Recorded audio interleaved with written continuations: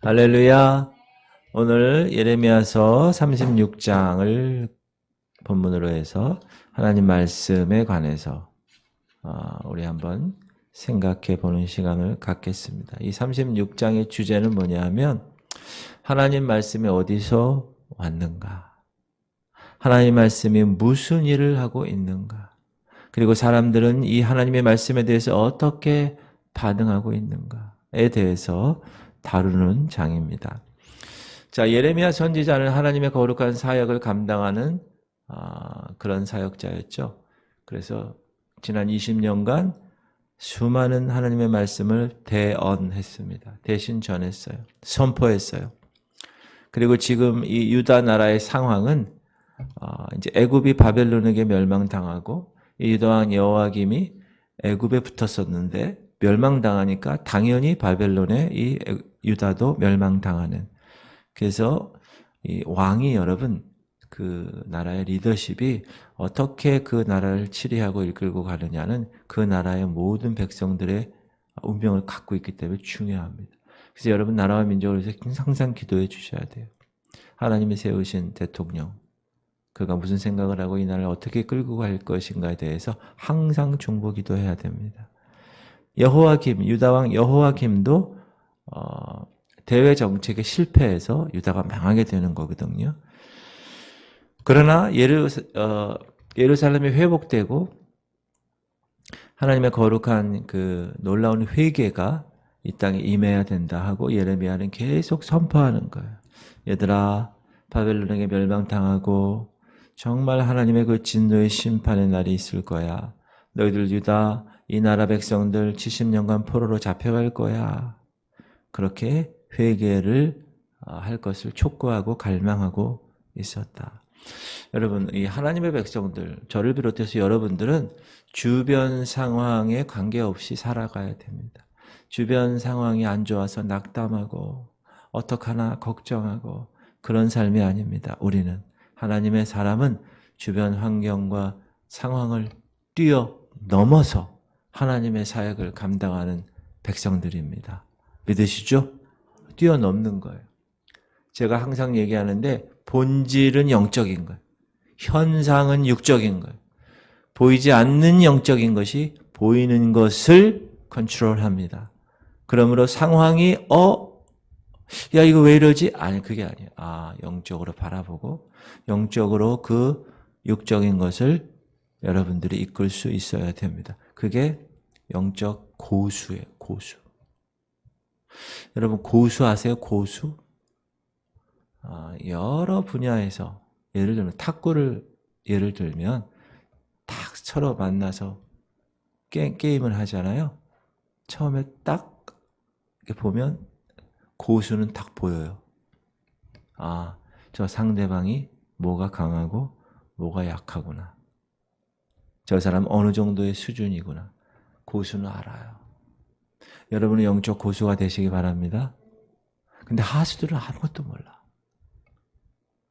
우리가 10년, 20년 직분도 받고 교회 다닌다고 하는데 맨날 하수로 살면 어떻게 해요? 하나님이 기뻐하실까요? 여러분 애를 낳는데 애가 자라질 않아.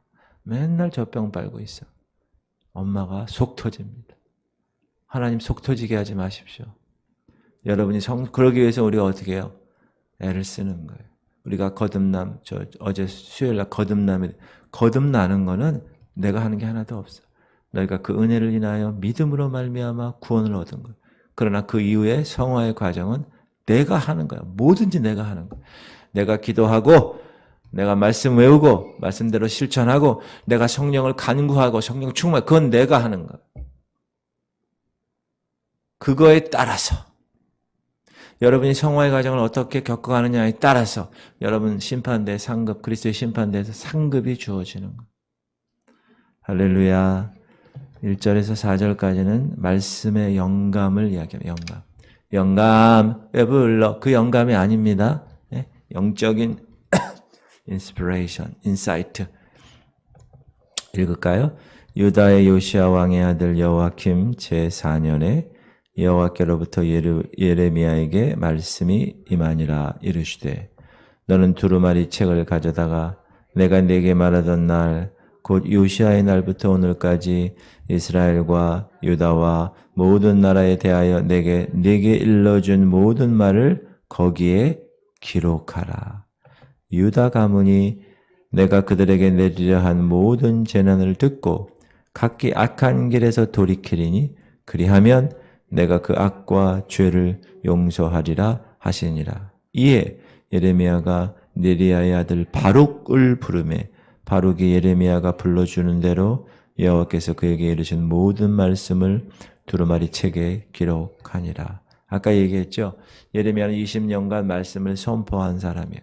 근데 그 말씀을 선포할 때 뭘로 선포했어요? 말로, 구두로 선포했는데 성전뜰에서 그렇게 선포하는 거예요.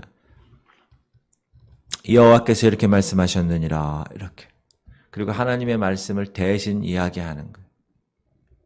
그런데 이제 하나님은 그 말씀으로 타락한 민족을 깨우시기를 원하셨어요. 그래서 그 메시지를 이제 기록하는 거예요. 하나님 말씀의 일부로 기록하기를 원하십니다. 시작. 그들이 또 바룩에게 물어 이르되 너는 그가 불러주는 이 모든 말을 어떻게 기록하였느냐 청하노니 우리에게 알리라. 바룩이 대답하되 그가 그의 입으로 이 모든 말을 내게 불러주기로 내가 먹으로 책에 기록하였노라. 예레미야가 바룩, 이 바룩은 누구냐? 비석격인 옆에 도와주는 서기관. 이 바룩에게 말을 하면 하나님의 말을 그러면 바룩이 그것을 기록한 거예요. 그러므로 바룩이 쓴 것은 하나님의 계시의 말씀입니다. 그리고 그것은 사람이 혼자서 생각해서 공부해서 되는 그런 것이 아니라 하나님의 진리의 말씀입니다. 여러분 성경은 하나님이 인간에게 주시는 계시라고 그랬어요. 계시는 뭐라고요? 보여주는 사람이 보여주지 않으면 모르는 거라고 그랬어요. 하나님의 그 영적인 것을 하나님이 사람에게 보여주는 것 계시예요. 인간의 생각으로 공부해서 연구해서 그 안에 있는 진리들 결코 발견할 수가 없습니다. 성경 구약 성경에 보면 여호와께서 이렇게 말씀하셨느니라 이게 몇 번 정도 나올 것 같아요?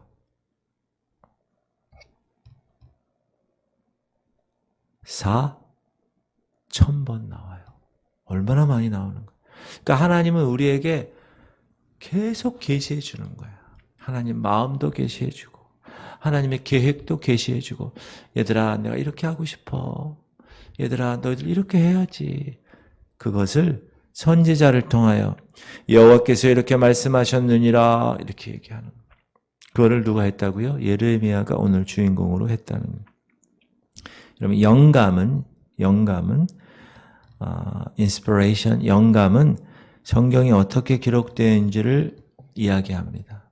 우리가 알고 있는 디모데 후서 3장 16절 모든 성경은 하나님의 감동으로 된 것으로 교훈과 책망과 바르게 함과 의로 교육하게 유익하니 영감이 inspiration of God 하나님의 영감에 의하여 모든 성경은 하나님의 택한 성경을 쓰는 사람에 의해서 하나님의 놀라운 계시들을 그를 통하여 기록했다. 성경 66권이. 그래서 이 성경은 하나님의 것들을 계시하셔서 인간으로 하여금 교훈과 책망과 바르게 함과 의로 교육하기에 유익한 책이다.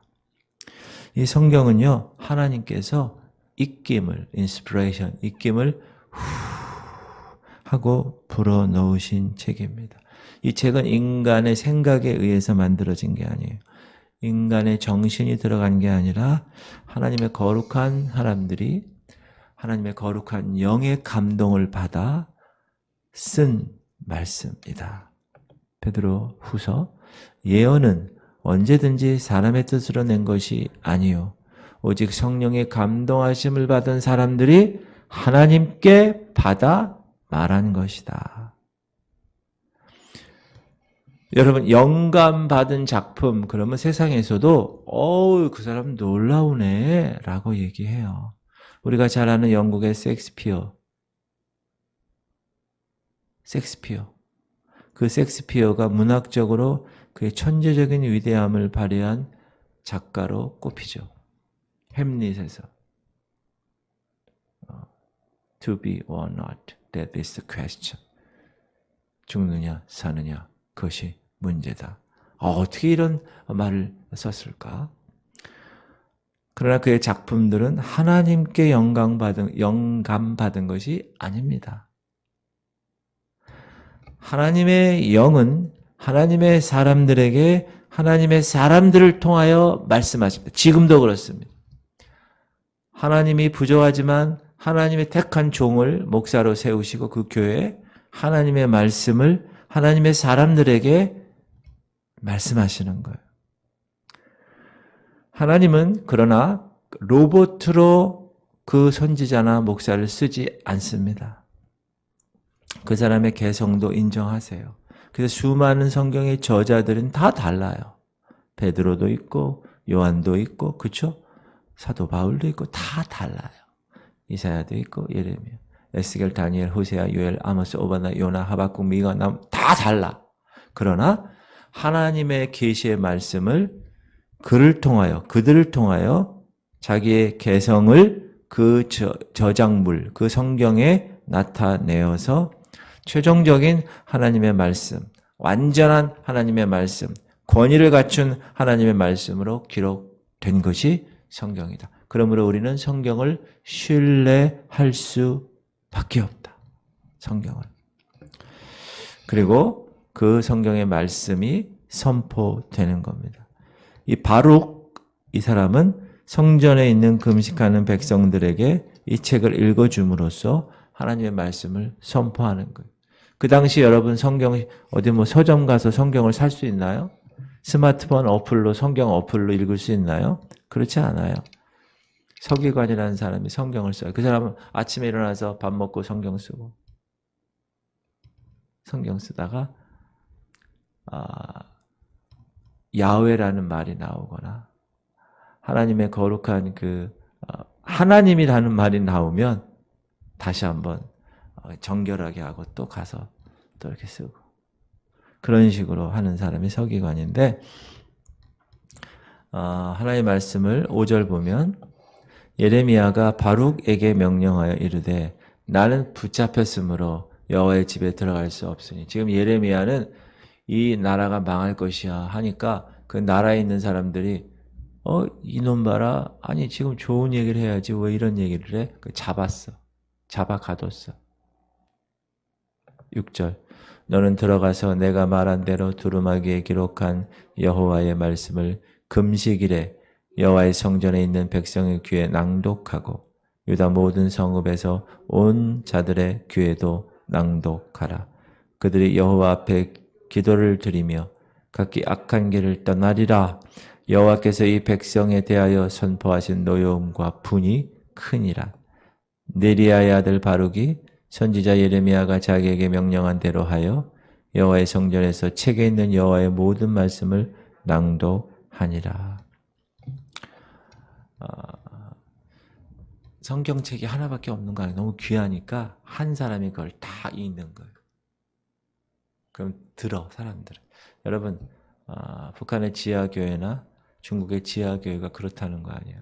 성경 한번 갖고 사는 게 소원이라는 거예요. 우리의 소원은 성경 갖는 거예요. 근데 우리는 지금 성경이 막 채여 있어요. 막 발에 막 채여 성경이. 집에도 성경이 얼마나 많아요. 성경이 막 쌓여 있어. 근데 보지를 않아.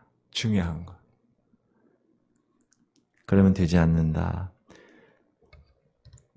유다 백성들은 바벨론에 대항해서 지금 바벨론이 막 지금 쳐들어오니까 여호와의 도움을 구하기 위해서 특별 금식 기간을 요청한 거예요. 둘 것을. 자, 9절.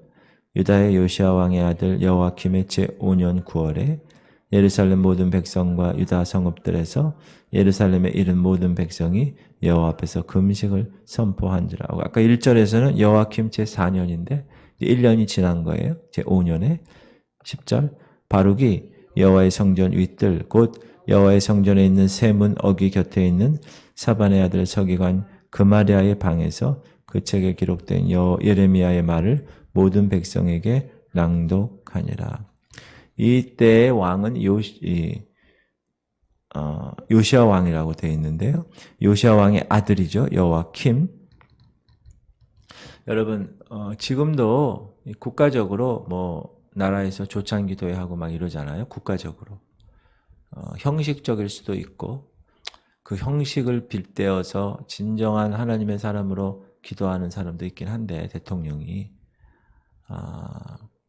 이때 이 나라의 왕 여호와킴도 마찬가지다. 그냥 의식으로만 행한 거예요. 그 마음은 그렇지 않은데 그 마음으로는 하나님을 거절하는 사람이에요. 여호와킴은. 그런데 그래도 뭐 하자니까 하자 이런 식인 거죠. 예레미야는 지금 감옥에 갇힌 상황이 하나님 말씀 때문에. 그러나 하나님 말씀은 갇히지 않았죠. 자, 디모데 후서 시작. 복음으로 말미암아 내가 죄인과 같이 매이는 데까지 고난을 받았으나 하나님의 말씀은 매이지 않느니라. 여러분, 지금은 우리가 대한민국, 자유 대한민국에서 살고 있어서 핍박받지 않습니다. 그러나 선교사, 이슬람권이나 북한이나 지하교회, 중국의 지하교회 여기서는 복음을 전하면 쫓겨나거나 감옥에 가게 돼 있죠. 그러나 여기 분명히 얘기하죠. 하나님의 말씀은 매이지 않는다. 바룩은 예레미야를 대신해서 이 하나님 말씀을 선포하는 데 있어서 좀 용기가 필요했다. 왜냐하면 예레미야가 당시 세상 사람들에게 쉽게 얘기하면 인기가 없은 거예요. 그 사람 이렇게 해야 되는데 그 사람 이렇게 된 거예요. 그러나 하나님은 바룩을 통하여서 하나님 말씀이 전파되고 가르쳐지게 그것으로 인해서 퍼져나가게 그렇게 하셨다. 여러분 지금도 성경 문헌을 연구하고 그것을 번역하고 그것을 배포하는 것 그건 너무나 귀한 일입니다. 기도원 협회라든가 사비를 내서 해요. 그분들은. 자기 돈으로 성경을 사서 호텔이나 감옥이나 병원이나 이런 데 이렇게 학교나 이렇게 배포를 하는데 얼마나 귀한 일입니까? 그 말씀을 어떤 사람이 우연히 호텔에 있다가 한번 탁 보다가 자살하려고 하는 사람이 다시 하나님을 만나는 경우도 많고요. 그런 간증이 얼마나 많은지 몰라요. 기도원 협회 이 간증을 들어보면 너무나 귀한 일이다. 그것도 하나님 말씀을 전파하는 일이죠. 그렇죠? 우리가 나가서 예수천당, 불신지옥 이렇게 해가지고 다 지하철에서 이것도 하나님 말씀을 전파하는 거예요. 여러분 그것에 대해서 뭐라 그러지 마세요. 여러분이 한번 해보세요. 그거 쉬운 게 아닙니다. 여러분 제가 예전에 지하철역 전도 훈련 받을 때 지하철이 이렇게 여러 칸이 있잖아요. 그러면 딱 한 서너 명이 딱 준비된 애들이 딱 가는 거예요. 가서 선포하는 거예요. 딱 거기서. 그리고 딱 끝나고 또 딱 그 옆에 칸으로 가고 이런 거. 그게 여러분 쉬울 것 같죠? 한번 해보세요. 이게 쉽지 않아요. 지금 최근에는요. 그러면 신고 들어와. 신고. 칙칙. 거기 계시는 분 뭐 하시는 겁니까? 뭐 이렇게 신고 들어온다니까 요즘 핸드폰으로 다 신고해요. 요즘은 더 힘들어졌어. 이렇게 하나님의 말씀을 전파하는 일은 여러 분야가 있다. 하나님의 최종 목적은 그 말씀을 통하여 인간들이 죄를 깨우치도록 하는 것입니다. 그래서 정직한 삶으로 인도하시는 것. 그리고 구원의 확신을 주는 데 사용하시기 위한 것입니다. 지금 바룩은 이 유다 나라가 지금 바벨론으로부터 그 핍박받고 정말 멸망당할 그 즈음에 여호와 하나님 앞에 와서 기도해야 되는 그런 상황인데 그렇지 않으니까 경고하는 거예요. 하나님의 심판이 다가오고 있어. 그래서 여러분 선지자들이나 이 모습을 보면 사람들한테 손가락질 당하는 것이 당연한 거예요. 근데 요즘 목사들은 너무 그런 거에 대해서 민감해가지고 그냥 성도들한테 맞는 말씀만 전하려고 그러고 성도들이 싫어하면 안 하려고 그러고 이러더라고요. 그거는 올바른 목자가 아닙니다. 목자는 하나님의 그날 그 사람에게 하나님이 행하실 메시지를 인스피레이션, 아까 영감, 그걸 딱 받고 그걸 가감 없이 선포하는 거예요. 내가 유익이 있든 없든 그거 중요하지 않아요. 그게 목사예요. 지금 바룩이 예레미야가 지금 감옥에 있으니까 못하니까 바룩이 자기가 하는 거예요. 하나님의 그 섭리를 깨닫게 하려고. 유다에게 경고하는 거예요. 심판 오고 있다고.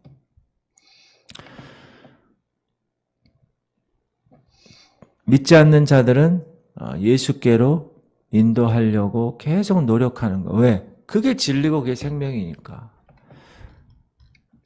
자, 말씀의 보존 한번 볼게요. 11절부터 32절까지인데 사람들이 하나님의 말씀에 대해서 반응하는 모습은 여러 가지입니다.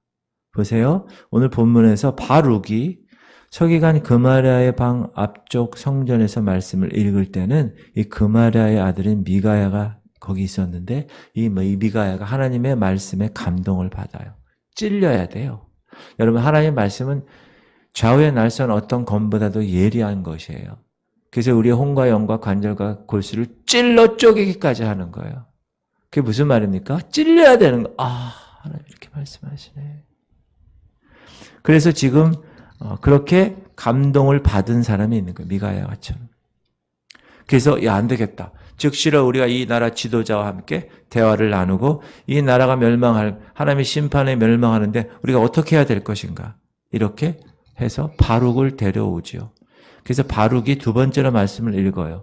자, 11절 사반의 손자여 그마리아의 아들인 미가야가 그 책에 기록된 여호와의 말씀을 다 듣고 왕궁에 내려가서 서기관의 방에 들어가니 모든 고관 곧 서기관 엘리사마와 스마야의 아들 들라야와 악볼의 아들 엘라단과 사반의 아들 그마리아와 하나냐의 아들 시드기야와 모든 고관이 거기에 앉아 있는지라. 장차관이 다 앉아 있는 거예요. 한 나라의 장차관이.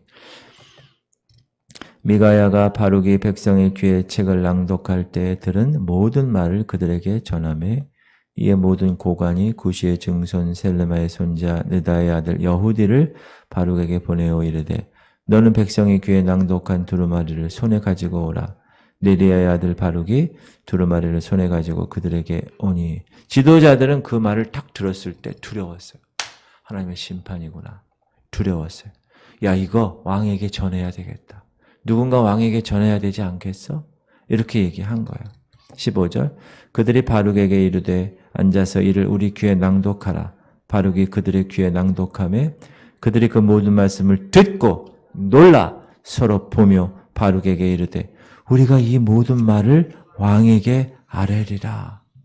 이들은 하나님의 말씀 선포될 때 반응이 찔렸고 우와 돌이켜야겠구나. 리더십인 왕에게 가서 이거 전해야 되겠구나. 이렇게 반응한 거예요. 하나님의 말씀을 우리가 어떻게 반응하느냐의 모습을 본 거예요. 그러나 왕이 누구예요? 여호와김. 여호와김은 아주 불경건한 사람. 그는 선지자를 죽이는 사람이에요. 선지자 우리아를 죽였고요. 예레미야에게 호의적이지 않았어요. 쉽게 얘기하면 목사님에게 호의적이지 않았다. 그런데 이번에는 어떻게? 궁전에서 앉아서 하나님 말씀을 읽는 소리를 그래 한번 들어볼게 라고 동의를 했습니다. 그러면 왕이라도 하나님의 말씀이 선포되는 그 현장에서 어떻게 해야 될까요? 겸손하게 성전에서 그 말씀을 들어야 되지요. 그러나 하나님의 말씀을 여호디야가 읽으니까 여호와킴이 어떻게 했느냐? 그 종이를 한 장씩 달라 갖고 와. 쫙 짜져 찢어 칼로 오려 도려내. 그래가지고 어떻게 합니까? 거기에 겨울이니까 겨울이에요. 겨울에 그 따뜻한 화로에 탁 넣어. 그 종이가 타죠. 그런 불미스러운 일을 한 거예요. 22절. 그때는 9째 달이라. 왕이 겨울 궁전에 앉았고 그 앞에 불피운 화로가 있더라. 여후디가 선호 쪽을 낭독하면 왕이 면도칼로 그것을 연하여 베어 화로 불에 던져서 두루마리를 모두 태웠더라. 여호야김의 눈에는 여호와를 두려워하고 경외하는 빛이 없은 거예요. 지도자들이 3명이 간청하는데도 왕은 들으려고 하지 않아요. 25절. 엘라단과 들라야와 그마랴가 왕께 두루마리를 불사르지 말도록 아뢰어도 왕이 듣지 아니하여. 아니 왕이시여, 이 하나님의 말씀을 어떻게 면도칼로 해가지고 뗄감으로 때웁니까? 듣지 아니하였으며 왕이 왕의 아들 여라무엘과 아스리엘의 아들 스랴와와 압델의 아들 셀레마에게 명령하여 서기관 바룩과 선지자 예레미야를 잡으라 하였으나 여호와께서 그들을 숨기셨더라. 자, 장차관들은 여호와의 말씀을 받았을 때 그들의 반응이 어땠어요? 야, 찔려가지고, 야, 이러면 안 되지. 하나님의 심판이 있어. 근데 이 여호야김 왕은 어떻게 돼요? 하찮은 거예요, 그 말씀이. 아유, 오히려 바룩하고 예레미야 체포해서 죽여버려. 여러분, 지금까지 역사적으로 하나님을 대적하고 하나님께 불경건한 사람들은 하나님이 어떻게 합니까? 가만두지 않으세요. 특별히 하나님의 이름을 모독하고 하나님의 말씀을 인정하지 않은 사람, 막 그 공격하는 사람들이 있어요. 역사적으로. 그런 사람들은 하나님이 가만두지 않으셨다. 이러한 역사적인 상황에서도 하나님의 말씀은 든든히 세워져 갔다. 27절. 왕이 두루마리와 바룩이 예레미야 입을 통해 기록한 말씀을 불사른 후에 여호와의 말씀이 예레미야에게 임하니라 이르시되. 이제 하나님의 말씀이, 진노의 심판의 말씀이, 그 여호야김에 대한 말씀이 예레미야 입을 통하여 선포됩니다. 너는 다시 다른 두루마리를 가지고 유다의 여호야김 왕이 불사른 첫 두루마리의 모든 말을 기록하고. 하나님이 똑같이 한 번 더 성경을 기록하게 하십니다. 여러분, 예레미야가 이 하나님의 말씀을 선포한 걸 기록했을 때 여호야김은 어떻게 됐을까요? 이제 끝난 거예요. 여러분, 죄를 사랑하는 사람, 세상을 사랑하는 사람은 하나님 말씀을 사랑하지 않아요. 거절하고 미워하고 하찮이 여겨요. 그게 문제. 하찮이 여겨요. 이 여호야김처럼 면도칼로 장련하면서 불에 태워 하나님 말씀을. 왜 그런지 아세요, 여러분? 세상 사람들이 왜 성경, 하나님 말씀 그렇게 거부하고 거절하는지 아세요? 죄가 드러나기 때문에 그래, 자기 죄가. 그 말씀이 거울이 돼서 비춰지는 거야. 그 말씀이 내가 행한 죄를 경고하고 진노하고 심판하는 말씀으로 다가오기 때문에 거절하는 거예요. 역사적으로 보면 AD 303년에 로마의 황제가 있어요. 디오클레티아누스라는 황제가 있는데 이 황제는 어떤 사람이었느냐? 하나님의 말씀의 사본들을 있는 족족 찾아가지고 다 불태운 사람이에요. 왜? 여러분 지금 공산권도 옛날에 그랬잖아요. 하나님의 말씀을 다 태워버렸잖아요. 성경. 그리고 그 황제는요. 비를 하나 세웠어. 다 태우고 나서 뭐라 그러냐? 그리스도의 이름은 멸절된다. 멸망된다. 이렇게. 근데 여러분 성경이 멸망됐나요? 멸절됐나요? 하나님 말씀이? 그렇지 않아요. 오히려 303년에 그렇게 했는데 20년 후에 323년에 콘스탄틴 대제가 기독교를 로마의 공식적인 종교로 삼죠. 313년에. 성경을 다시 사람들의 손에 돌려줍니다. 하나님의 놀라운 역사예요. 여러분, 그리고 이 성경이 이 캐톨릭 요 중세 때 이제 라틴어로 되어 있잖아요. 그렇죠? 히브리 말과 헬라 말로 되어 있다가 그게 나중에 라틴어로 되어 있어요. 그 라틴어 성경으로 있다가 나중에 그게 자국어로 번역이 돼요. 프랑스 말, 독일 말, 이태리 말 이런 식으로. 이렇게 번역될 때 그 번역을 하는 수많은 사람들이 있어요. 그 사람들이 어떻게 된지 아세요, 여러분? 다 죽었어요. 화형당해서 죽었어요. 그러나 성경은 여전히 아직도 번역되고 있고 여전히 우리 손에 쥐어지고 있다. 놀라운 일입니다. 왜 그렇게 한 건지 아세요? 하나님은 하나님의 스스로 하나님의 말씀을 보존하시기 때문에 그래요. 대한 사람 대하늘로 길이 보존하세. 하나님 말씀은 시작. 천지는 없어질지언정 내 말은 없어지지 아니하리라. 세상의 역사를 통해서 악한 사단의 손을 통해서 하나님의 말씀을 다 없애려고 그랬어요.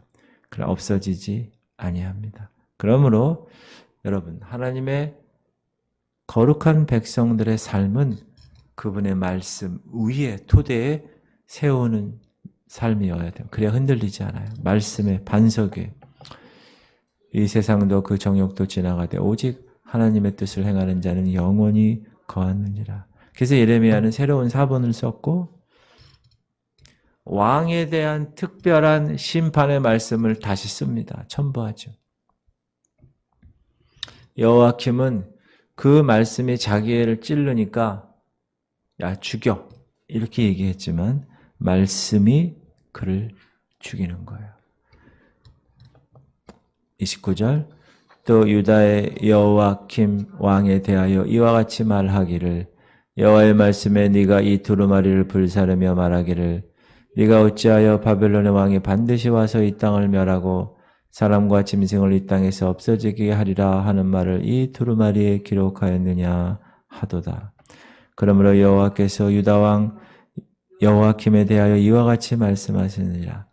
그에게 다윗의 왕이 앉을 자가 없게 될 것이요 그의 시체는 버림을 당하여 낮에는 더위 밤에는 추위를 당하리라. 이게 여호야킴에 대한 심판의 말씀이에요.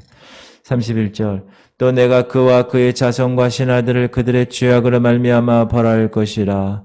내가 일찍이 그들과 예루살렘 주민과 유다 사람에게 그 모든 재난을 내리라 선포하였으나 그들이 듣지 아니하였느니라. 이에 그래서 듣지 않아서 예레미야가 다른 두루마리를 가져다가 네리야의 아들 서기관 바룩에게 주매 그가 유다의 여호야킴 왕이 불사른 책의 모든 말을 예레미야가 전하는 대로 기록하고 그 외에도 그 같은 말을 많이 더 하였더라. 여호야킴에 대한 예언이 뭐예요? 그렇게 성경 면도칼로 잘라서 불에 던전 비참한 죽음이죠. 그리고 그 왕의 보좌를 상속하지 못할 것이야. 그렇게 얘기한 거예요. 그래서 여호야킴의 아들이 있어요. 여호야긴. 이 아들은요. 3개월 동안만 왕위를 올라요. 그리고 사로잡혀가죠. 그리고 바벨론은 하나님이 예언한 대로 유다를 끌고 사로잡혀갑니다. 예레미야가 예언한 그대로 포로 생활을 하게 됩니다. 여러분, 성경이 왜 위대합니까? 성경이 기록된 예언이 역사의 현장에서 성취되기 때문에 놀라운 책이에요. 이런 책이 세상에 없어요. 성경이 그래서 하나님의 영감으로 기록되었다는 것을 증거하는 거예요. 그게. 그냥 사람의 생각대로 기록한 게 아니라는. 여러분, 몰몬경도 있고 불경도 있고 여러 경이 있잖아요. 그 코란, 이슬람의 코란도 있고 꾸란. 그런데 그런 걸 잘 보세요. 그 예언이 성취되고 이런 게 없어요. 근데 성경만 유일하게 이렇게 될 것이라는 게 지금 요한계시록도 마찬가지잖아요. 이제 미래에 이렇게 될 것이야. 그러니까 우리가 그것을 보면서 야, 성경이 정말 하나님의 영감으로 기록된 것이고 이게 하나님의 말씀이야 라는 것을 우리가 알 수 있는 거예요. 자, 그 다음에 이제 45장에 보면 지금 공부한 36장의 사건과 같은 맥락의 말씀인데 5절밖에 없어요. 읽어볼게요. 유다의 요시야 왕의 아들 여호와킴 넷째 해에 네리야의 아들 바룩이 예레미야가 불러주는 대로 이 모든 말을 책에 기록하니라. 그때 선지자 예레미야가 그에게 말하여 이르되 바룩아 이스라엘의 하나님 여호와께서 네게 이같이 말씀하셨느니라. 네가 일찍이 말하기를 화로다. 여호와께서 나의 고통에 슬픔을 더하셨으니 나는 나의 탄식으로 피곤하여 평안을 찾지 못하도다. 너는 그에게 이르라. 여호와께서 이와 같이 말씀하시기를 보라 나는 내가 세운 것을 헐기도 하며 내가 심은 것을 뽑기도 하나니 온 땅에 그리 하겠거늘 네가 너를 위하여 큰 일을 찾느냐 그것을 찾지 말라. 보라 내가 모든 육체에 재난을 내리리라. 그러나 네가 가는 모든 곳에서는 내가 너에게 네 생명을 노량물 주듯 하리라. 여호와의 말씀이니라. 바룩은 하나님의 말씀대로 예레미야도 하나님의 말씀대로 실천하고 순종했는데 결과는 뭐예요? 박해받는 거예요. 바룩은 재능 있는 서기관이었고 왕을 보필하는 사람 중에 누가 이렇게 얘기할 수도 있어요. 야 바룩아 일로 와봐. 너 정말 똑똑하잖아. 너 왕이 보기에 인기 있는 서기관 될 수 있어. 야 예레미야 같이 저렇게 미움받는 선지자 되지 마. 너는 말 한마디만 왕의 마음에 딸랑딸랑 딸랑딸랑 이렇게 말만 잘하면 너는 훌륭한 서기관이 될 수 있어. 이렇게 유혹의 말을 했을 것이에요. 그럼 여러분 그게 어용이라고 그러죠? 어용 목사들. 하나님 말씀 선포 안 하고요. 그냥 대통령 얘기하는 대로 그냥 거기에 맞춰주는. 그러면 목사는 되는 게 아니에요. 그 어용 목사라고 그러잖아요. 바룩이 그런 유혹을 받았는데도 불구하고 그렇게 하지 않았다. 안 돼! 나는 하나님의 말씀만 전하는 사람이야. 바벨론이 와서 성읍을 파괴할 거야. 그건 하나님이 말씀하셨으니까 내가 얘기하는 거야. 이 나라가 망하는 건 나도 얘기하고 싶지 않아. 그러나 하나님 그렇게 하라고 했으니까 난 지금 하는 거야.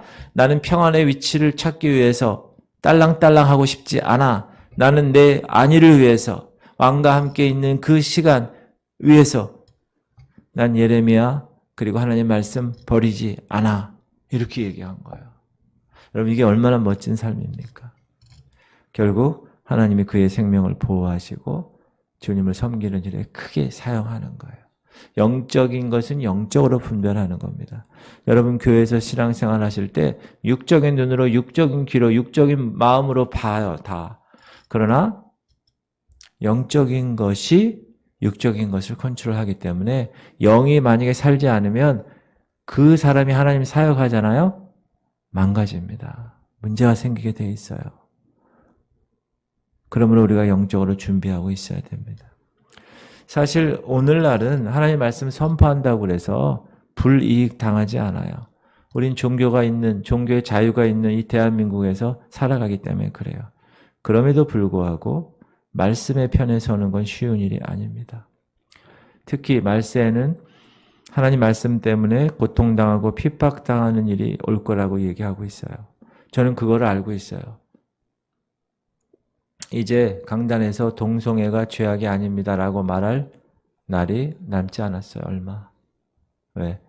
포괄적 차별금지법을 지금 얼마나 사단이 제정하고 그거를 법제화시키는데 혈안이 된지 몰라요. 그러나 아직도 우리나라는 그것을 하나님이 막고 계신다. 너무 감사한 일이에요. 자, 디모데 후서 시작. 내가 전한 복음대로 다윗의 씨로 죽은 자 가운데서 다시 살아나신 예수 그리스도를 기억하라. 복음으로 말미암아 내가 죄인과 같이 매이는 데까지 고난을 받았으나 하나님의 말씀은 매이지 아니하리라. 사랑하는 성도님들, 지금 여러분은 하나님의 말씀을 어떻게 취급하고 계십니까? 그냥 책상 위에 두고 계십니까? 그냥 차 안에 두고만 다니시나요? 아예 성경 안 갖고 다니시나요? 또한 하나님의 말씀을 어떻게 반응하고 받고 계십니까?